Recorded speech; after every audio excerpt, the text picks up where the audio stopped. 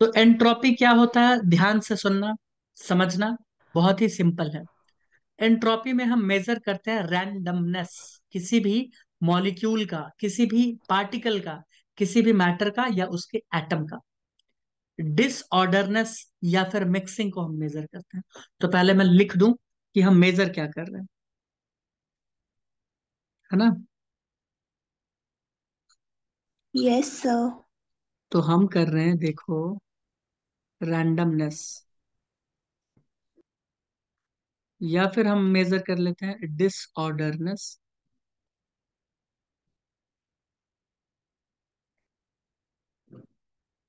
या हम मेजर करते हैं मिक्सिंग को। तो तुम मुझे बताना, अगर दो पार्टिकल है, ध्यान से सुनो, ऐसे मैं दिखाता हूँ, पार्टिकल ए, पार्टिकल बी। तो दो पार्टिकल है, तो मुझे बताना, सिर्फ मैं ए का ही बात करूंगा, ए का ही। ए का प्रोबेबिलिटी अभी कितना है, वो कितना रैंडम हो सकता है। तुम बोलोगे रैंडमनेस मतलब क्या, तो रैंडमनेस मतलब कि वो दूसरे पार्टिकल के कंपैरिजन में अपना पोजीशन चेंज कर रहा हो। भाई कोई तो रेफरेंस पॉइंट आप लोगे ना। तो मैं बोल रहा हूँ कि बी के रिस्पेक्ट में वो कितना पोजीशन चेंज करेगा, एक ही कर सकता है। एक पार्टिकल है तो एक के पोजीशन में एक ही बार चेंज होगा, और क्या, है ना, कि उसी के रिस्पेक्ट में चेंज कर रहा बस। एक और ला के रख दे तो तुम बोलोगे अब इसका प्रोबेबिलिटी दो हो जाएगा। अब दो पार्टिकल के रिस्पेक्ट में वो पोजीशन चेंज कर सकता है, यानी अब इसका रैंडमनेस हम कह सकते हैं कि बढ़ गया है। हम क्या कह सकते हैं कि इसका रैंडमनेस बढ़ गया, या डिसऑर्डर होने का प्रोबेबिलिटी इसका बढ़ गया। एक और पार्टिकल ला के रख दे तो तुम बोलोगे अगर एक और पार्टिकल ला के रख दिए तो इसके चेंज होने का प्रोबेबिलिटी 3 हो जाएगा, है ना। 3 के रिस्पेक्ट में अब चेंज हो सकता है, और ला के रखते तो 4, और ला के रख दे तो 5 के रिस्पेक्ट में ये इधर उधर भाग सकता है, हाँ या ना, बताओ। हाँ सर। यस। तो इसका मतलब ये हुआ कि पार्टिकल्स जितने ज्यादा होंगे, रैंडमनेस, डिसऑर्डरनेस उतना ज्यादा होगा। कोई डाउट है किसी को इस बात से? कोई दिक्कत नहीं है, यानी नहीं मिक्सिंग सर। जितना ज्यादा होगा, मिक्सिंग जितना ज्यादा होगा, रैंडमनेस उतना ज्यादा होगा। रैंडमनेस मतलब पार्टिकल इधर भाग रहा, उधर भाग रहा, इसके रिस्पेक्ट में, इसके रिस्पेक्ट में, उसके रिस्पेक्ट में, सबके रिस्पेक्ट में भाग रहा। तुम बोलोगे ठीक है, कोई दिक्कत तो नहीं है। तो हम इसको नहीं। रिप्रेजेंट करते हैं एस से, और चेंज इन हम्म। एंट्रोपी को हम लोग डीएस से रिप्रेजेंट करते हैं। चेंज इन एंट्रोपी को किससे रिप्रेजेंट करते हैं, चेंज इन एंट्रोपी। मैं तुम्हें बता दूं, एंट्रोपी के ऊपर थ्योरेटिकल सवाल भी काफी आते हैं।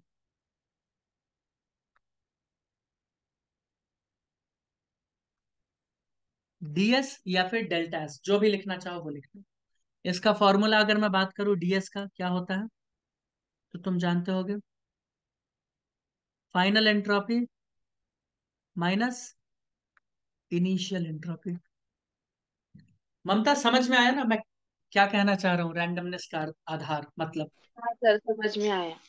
ठीक है। आया तो आया। अब मुझे बताओ कि ये एंट्रोपी किस तरह का प्रॉपर्टी शो करता है, एक्सटेंसिव या इंटेंसिव, सोच के बताना।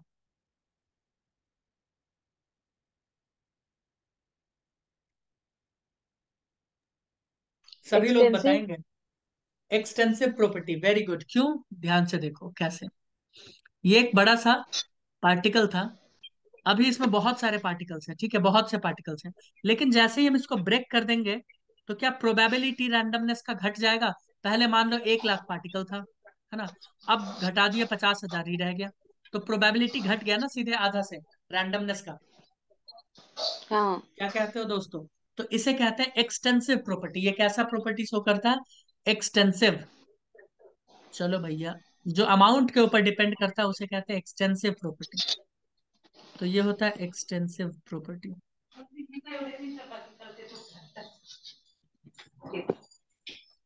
और ममता, अगर मैं बोलूं एंट्रोपी पर मोल, एंट्रोपी पर ग्राम, वो कैसा होगा भाई, इंटेंसिव होगा या एक्सटेंसिव होगा? इंटेंसिव। वेरी गुड, क्योंकि हमने अमाउंट यहाँ फिक्स कर दिया है, देखो, पर मोल, एंट्रोपी पर ग्राम, ये सब हमने क्या किया है, फिक्स।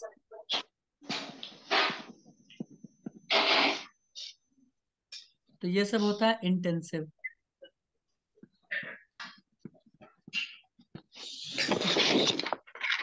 अब मुझे बताओ ये पाथ फंक्शन होता है या स्टेट फंक्शन होता है? बोलो बोलो। पाथ या रुको स्टेट? रुको। स्टेट नहीं सोचना फंक्शन। है इतना, स्टेट फंक्शन, क्योंकि पाथ में तीन ही मैंने बताया था। पाथ में हाँ। सिर्फ तीन, कौन कौन से? Work, work. Heat and heat capacity, that's it. बस, इसके अलावा तो मैंने कुछ बोला ही नहीं कभी। तो अब मुझे बताना, दो चार चीज तुम लोग बताते चलना, मैं लिखता जाऊंगा तुम लोग बताते जाना, क्योंकि इसके ऊपर सवाल योगेश मिलेंगे तुमको, है ना। इसके थियोरेटिकल कंसेप्ट काफी यूज होंगे। तो मैं बोल रहा हूँ कि डेल्टा एस यानी चेंज इन एंथैल्पी का फॉर्मूला तो यही होता है, S final minus S initial.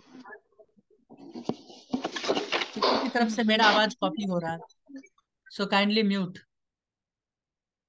जब जरूरत पड़े तब अनम्यूट करके बताना। तो एग्जाम्पल लेते हैं पहला, तुम लोग मुझे बताते जाओ। अगर हम गैस को मिक्स करते हैं, यानी मिक्सिंग ऑफ गैस,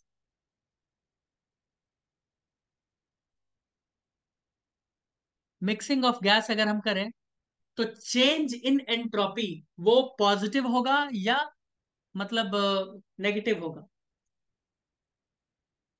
तुम बोलोगे सर समझ नहीं आया, तो आओ समझते हैं।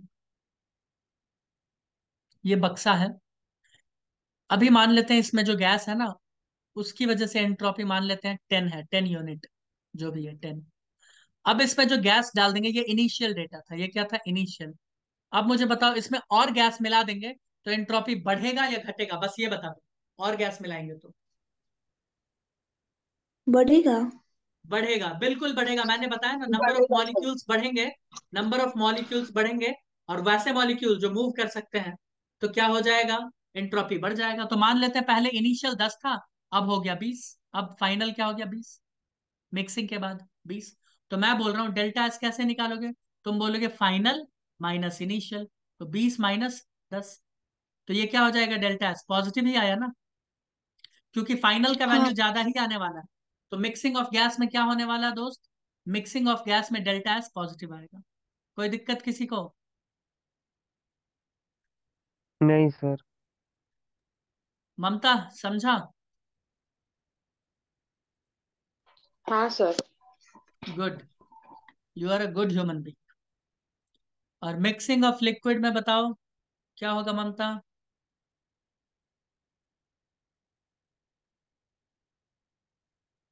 डेल्टा एस क्या होगा?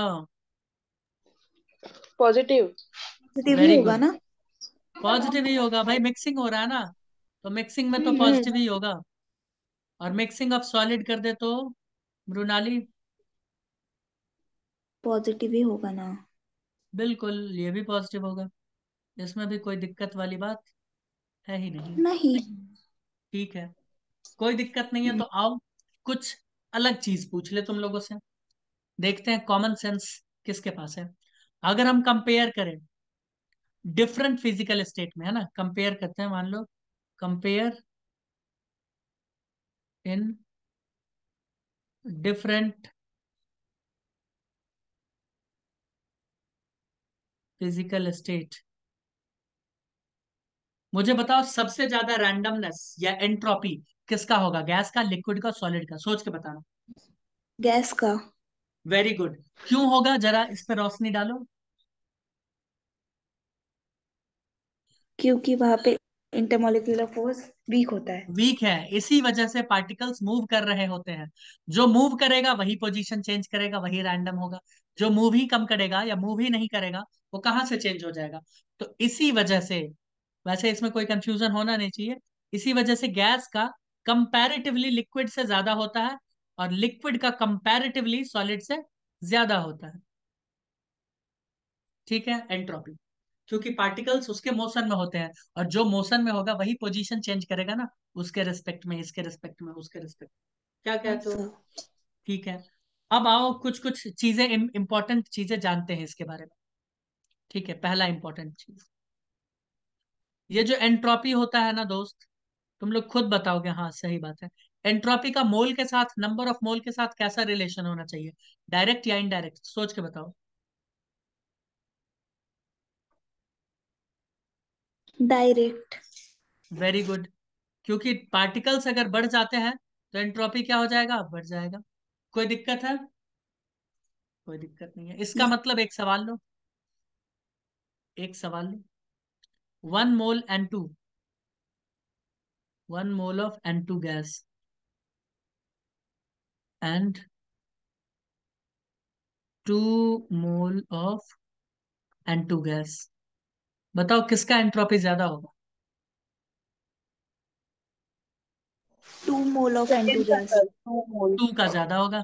भाई जिसका मोल ज्यादा उसका एंट्रोपी ज्यादा, इसमें कोई दिक्कत वाली बात ही नहीं है। बात। आइए दूसरा कंसेप्ट देखें। ममता समझ रही हो ना? हाँ सर। हाँ, ये एंट्रोपी था। अब मैं बोल रहा हूँ चेंज इन एंट्रोपी। मैं क्या लिख रहा हूँ, ध्यान से देखो। अब मैं लिख रहा हूँ चेंज इन एंट्रोपी। डीएस मतलब होता है चेंज, डीएस मतलब क्या होता है, चेंज। ठीक है, तो चेंज इन एंट्रोपी टेम्परेचर के ऊपर कैसे डिपेंड करेगा, मुझे बताओ। मान लो कभी टेम्परेचर कहीं पे 20 डिग्री था, हमने कर दिया 100 डिग्री सेल्सियस, फाइनल। ये इनिशियल था, ये फाइनल है। तो चेंज के ऊपर क्या असर पड़ने वाला, चेंज बढ़ेगा घटेगा, टेम्परेचर के साथ क्या रिलेशन? चेंज बढ़ेगा सर। बढ़ेगा टेम्परेचर के सर। साथ इसका डायरेक्ट रिलेशन है भैया। टेम्परेचर बढ़ाओगे तो पार्टिकल का रैंडमनेस क्या हो जाएगा, बढ़ जाएगा ना। वो इधर उधर तेजी से भागना स्टार्ट करेगा। भागेगा कि नहीं भागेगा, बताओ तुम लोग खुद। हाँ सर। ठीक है, लेकिन ये कैलकुलेशन हम कब करते हैं, ये कैलकुलेशन हम तब करते हैं जब तुम मोल क्या कर दो, कांस्टेंट। मोल क्या कर दो, अमाउंट, यानी क्या करो, कांस्टेंट। ठीक है, नहीं तो कैलकुलेशन में थोड़ा सा दिक्कत होगा। बोलो कोई दिक्कत, नो बोलोगे नहीं? सर। नहीं सर। कोई तकलीफ वाली बात नहीं है। तो इसका भी एक क्वेश्चन लो।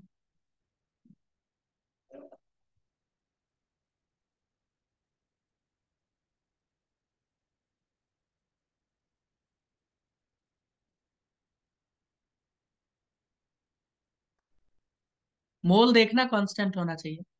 अगर मोल चेंज हो गया तो तुमको मोल को ही प्रायोरिटी देना पड़ेगा, क्योंकि पार्टिकल ज्यादा है ना, तो पोजीशंस ज्यादा आ जाएगा, है ना। भाई एक में 5 है, एक में 10 है, तो रैंडमनेस तो इसी का ज्यादा हुआ ना, 10 आदमी के रिस्पेक्ट में वो चेंज हो रहा है। तब टेम्परेचर को हम्म। तुम ध्यान नहीं दोगे, तब तुम टेम्परेचर को ध्यान नहीं दोगे।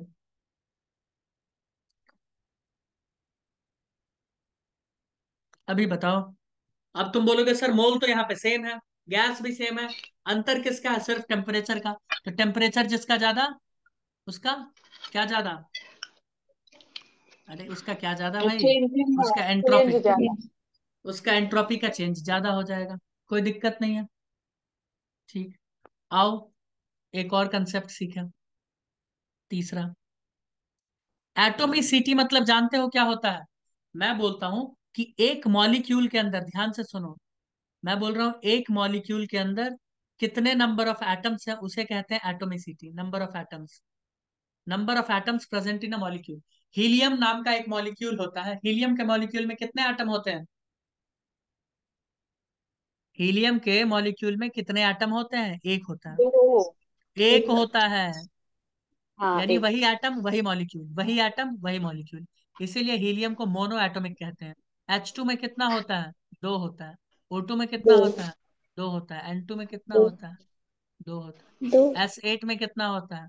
8 होता है। आठ। P5 में कितना होता है? 5 होता है। ये सब पता ही होगा, है ना। तो इसे कहते हैं एटोमिसिटी। क्या कहते हैं? एटोमिसिटी। तो मुझे बताओ, ये एंट्रोपी एटोमिसिटी के साथ कैसे रिलेशन बनाता होगा? डायरेक्ट, जिसका एटोमिसिटी ज्यादा उसका एंट्रोपी ज्यादा, सिंपल। भाई जिसमें एटम ज्यादा उसमें एंट्रोपी ज्यादा, कोई दिक्कत है क्या? No sir. हाँ, तो चेंज भी उसी का ज्यादा, है ना। तो entropy directly proportional to atomicity. लेकिन ये कब देखते हैं? ये देखते हैं जब टेम्परेचर और मोल कांस्टेंट हो, टी एंड एन कांस्टेंट। जब ये दोनों कांस्टेंट हो तब देखते हैं। बताओ कोई दिक्कत? नहीं एक सर। सवाल हो जाए इसके ऊपर भी, नहीं सर। ले लो एक सवाल। हाँ sir. 1 mole O2 at 300 Kelvin and 1 mole O3 at 300 Kelvin। क्या अंतर है इसमें भाई? सिर्फ एटोमिसिटी का। यहाँ पे O3 है, यहाँ पे O2 है। ओजोन का एटोमिसिटी क्या होता है? 3। यहाँ पे क्या है? 2। तो किसका ज्यादा हो जाएगा एंट्रोपी? O3 का। जिसका एटोमिसिटी ज्यादा उसका एंट्रोपी ज्यादा। कोई दिक्कत? नहीं कोई नहीं दिक्कत। हाँ सर। समझा सर। समझ में आया ममता? हाँ sir. I hope Mamata is understanding this, है ना? हाँ सर। चलो बहुत अच्छी बात है। आओ, चौथा है हमारे पास molecular weight. Entropy molecular weight के डायरेक्टली प्रोपोर्शनल होता है। ठीक है, याद रखो। Entropy directly proportional to molecular weight. कब? कब भाई? जब टेम्परेचर, मोल एंड एटोमिसिटी सब क्या हो? बराबर। मतलब कांस्टेंट, बराबर नहीं, कांस्टेंट। तब तो एक सवाल लो फिर, क्वेश्चन।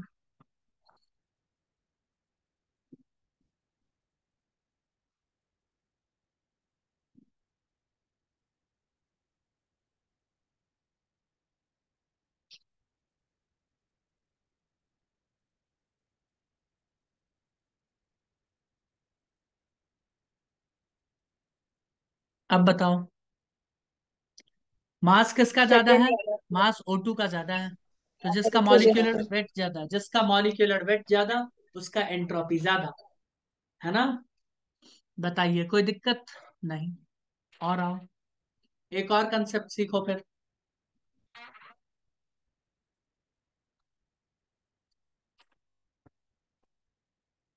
और जानते हो और क्या होता है? ऐसे नहीं, ऐसे ओ लिखो। और और मतलब होता है खादान, है ना? अयस्क हिंदी में कहते हैं। और जैसे मान लो आयरन का बात करें, तो आयरन क्या नेचर में ऐसे ही पाया जाता है लोहा? नहीं, आयरन पाया नहीं। जाता है अपने ओर में। यानी पत्थर देखोगे, आयरन का पत्थर जैसे तुम देखोगे आयरन का कौन सा और होता है? हीमेटाइट, है ना? मैग्नेटाइट, ये सब होता है। कॉपर का देखोगे, कॉपर पायराइट। इसके अलावा एल्यूमिनियम का देखोगे, बॉक्साइट, है ना? ये सब जो ओर्स है ना, तो ओर में इम्प्योरिटीज भी मिला हुआ होता है। ये बात तुम लोगों को खैर पता ही होगा, है ना? तो मुझे बताओ, कोई भी एलिमेंट, ध्यान से सुनना, कोई भी एलिमेंट प्योर है और वही एलिमेंट इम्प्योर है, तो किसका एंट्रोपी ज्यादा होना चाहिए, प्योर वाले का या इम्प्योर वाले का? बोलो। प्योर वाले का। गलत, इम्प्योर वाले का। क्योंकि इम्प्योर। नंबर ऑफ पार्टिकल्स वहां ज्यादा होते हैं। नंबर ऑफ पार्टिकल्स क्या होते हैं? ज्यादा। और जैसे ही नंबर ऑफ पार्टिकल्स ज्यादा, तो रैंडमनेस क्या हो जाएगा? ज्यादा। इसीलिए और का एंट्रोपी ज्यादा होता है pure form of elements. Pure form of element, element में कौन सा होता है? नॉन मेटल या मेटल? जमीन में किसका और पाया जाता है, मेटल या नॉन मेटल का? मेटल का। प्योर फॉर्म मेटल का। Of element. मेटल का। यस, ये। तो एक एग्जांपल,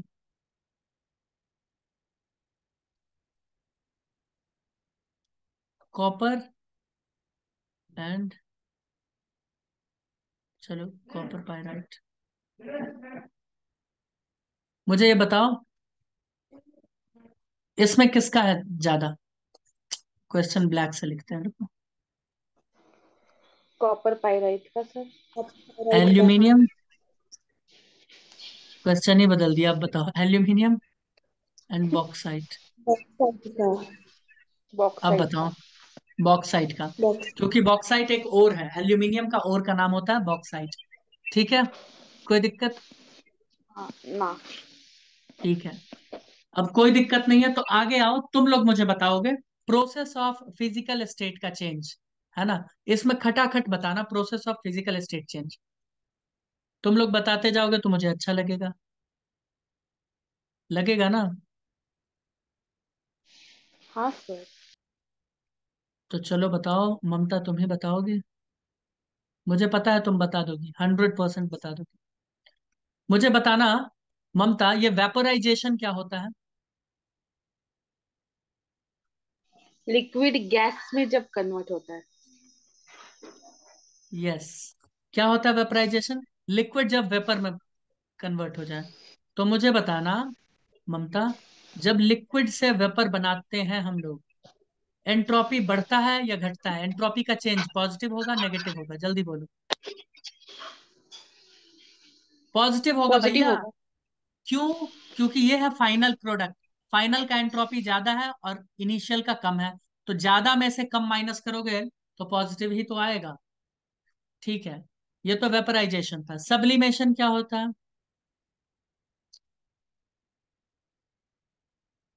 अरे, एल सीधा लिखा जा भाई। जब सॉलिड लिक्विड में कन्वर्ट होता है। सब्लिमेशन क्या होता है?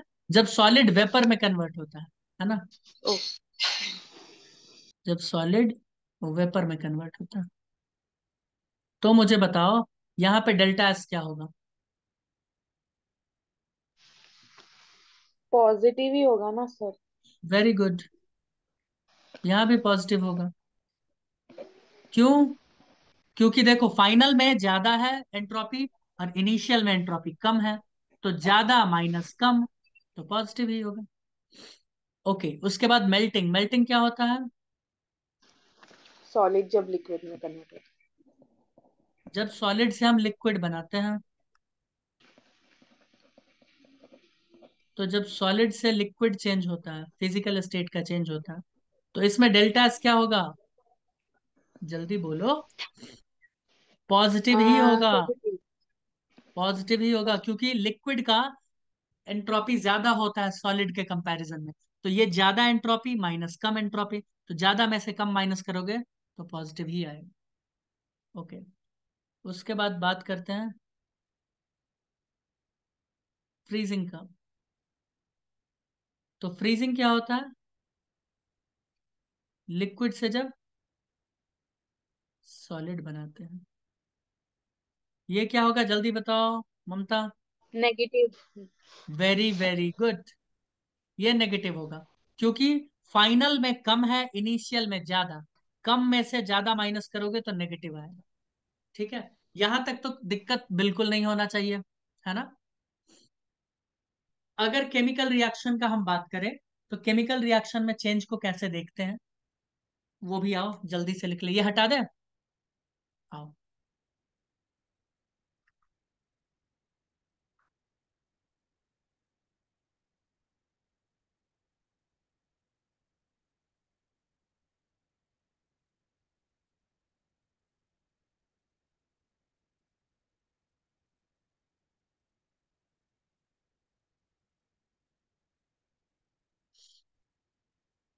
तो ये क्या होता है? डीएस बराबर होता है एस ऑफ प्रोडक्ट, या ऐसे लिखते हैं एस प्रोडक्ट। एस प्रोडक्ट मतलब एंट्रोपी ऑफ प्रोडक्ट, लेकिन ओनली गैसियस स्टेट, याद रखना। सिर्फ गैस का लोगे, माइनस एस ऑफ रिएक्टेंट। किसका लेते हैं? सिर्फ और सिर्फ हम गैस का लेते हैं। ठीक है, कब कैलकुलेट करना है? बैलेंस केमिकल रिएक्शन में। Calculate in balance chemical reaction.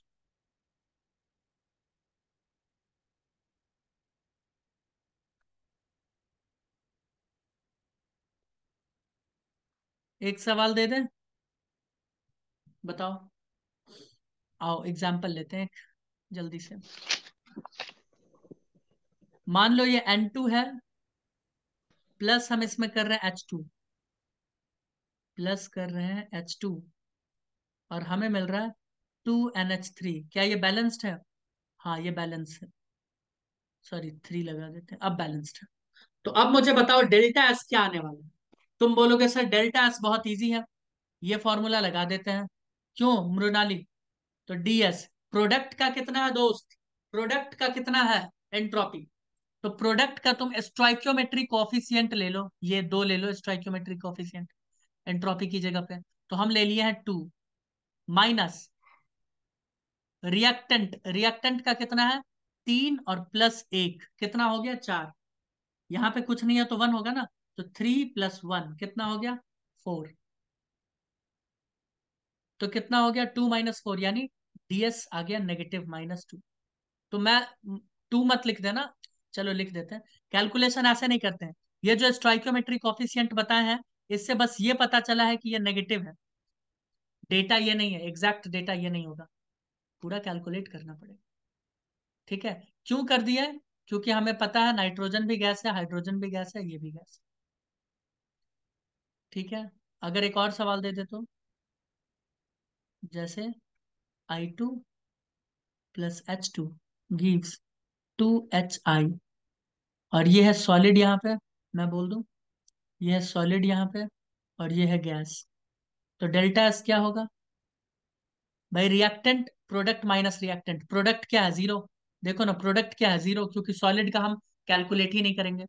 तो जीरो माइनस ये क्या हो जाएगा? नेगेटिव। प्रोडक्ट सॉलिड है ना, तो प्रोडक्ट का तो जीरो हो गया,